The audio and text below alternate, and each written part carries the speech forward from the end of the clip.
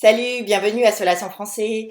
Dans cette dernière vidéo de 2020, je vais vous parler de la plateforme PubSub Plus, de son approche modulaire, de ses composants et surtout de comment vous pouvez la tester. Et ça sera à travers notre offre d'Event Streaming as a Service qui s'appelle Solas Cloud. Allez hop, c'est parti! À partir de notre site web, depuis l'onglet Product et en sélectionnant Plateforme ici, vous allez avoir accès un petit peu plus bas à un schéma représentant de manière synthétique notre plateforme. Alors le cœur de cette plateforme, c'est bien sûr le broker d'événements Solas, avec toute la partie mission de contrôle pour déployer des instances du broker dans des clouds publics, privés ou même on-premise, et puis gérer l'interconnexion, c'est-à-dire le maillage de ces instances. On a également toute la partie supervision avec ce qu'on appelle Insight. Et si vous voulez plus d'infos sur le sujet, j'ai fait une vidéo en octobre dernier sur cette partie-là. Et puis, toute une partie liée à la gestion et à la gouvernance des événements déployés dans l'entreprise, que ce soit sur des brokers Solas ou même non Solas comme Kafka, avec notre dernière innovation qui s'appelle le portail d'événements.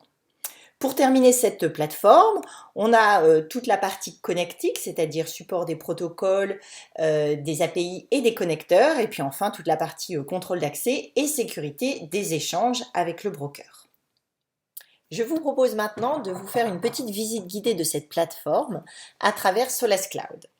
Quand vous vous loguez dans Solas Cloud, vous arrivez sur cette page d'accueil et en bas, vous avez retrouvé les composants Mission Contrôle qu'on a trouvés dans la plateforme tout à l'heure. En cliquant sur Cluster Manager, vous arrivez dans la partie déploiement d'instances de broker Solas. Donc pour en déployer un, eh bien vous pouvez cliquer à droite sur le bouton Create Service. Vous choisissez votre plan, entreprise ou développeur. Vous choisissez votre fournisseur de IaaS, par exemple Azure. Sélectionnez la région, Paris. Vous donnez un nom à votre service, mon service, et puis vous cliquez sur Start Service ici. Ensuite, une fois que vous avez déployé votre service, eh bien vous pouvez cliquer sur cette instance. Et vous avez accès ici à différents onglets qui vous donnent accès à pas mal d'informations sur comment se connecter, comment administrer cette instance. Alors justement, en termes d'administration, si vous voulez superviser cette instance et tester Insight, il faut au préalable aller dans la partie Advanced Options ici et puis vous assurer que le monitoring est activé. Et une fois que cela est fait, vous pouvez cliquer sur l'onglet Monitoring et vous avez accès à la partie Insight. Donc si ici je sélectionne le mois dernier, eh bien vous verrez l'usage qui a été fait sur cette instance. Toujours dans cette plateforme, vous avez accès à toute la partie Event Management ou bien gouvernance des flux asynchrones avec le portail d'événements. Alors ce portail, il est divisé en 3 fonctionnalités, en 3 composantes qui partent du runtime, c'est-à-dire avec une approche plutôt bottom-up. C'est-à-dire qu'on va pouvoir scanner une configuration Kafka ou Solas et par la suite d'autres types de brokers qui seraient par exemple de l'IBM, du TIBCO, du Rabbit, de l'ActiveMQ, etc. Donc on va scanner une configuration qui exécute des événements et puis ensuite on va pouvoir charger le résultat de ce scan dans le designer et le catalogue pour pouvoir visualiser graphiquement ces échanges et apporter éventuellement un peu plus de gouvernance à ces événements échangés. Alors en cliquant sur le Discovery, vous pouvez tester cette partie-là.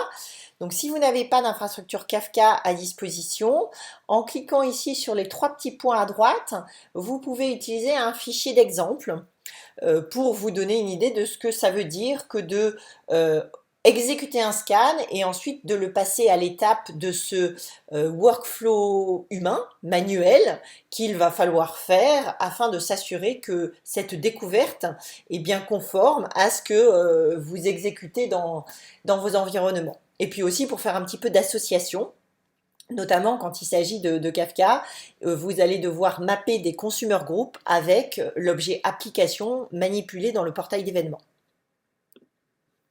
Alors une fois que vous avez fait ça, eh bien vous pouvez aller dans le designer et puis euh, avoir cette visualisation graphique de ces échanges avec des applications ou des, je dirais, endpoints, c'est-à-dire un bout de code qui va publier et ou consommer des événements. Et ces événements, ce sont ces espèces de médailles militaires qui représentent des échanges entre applications.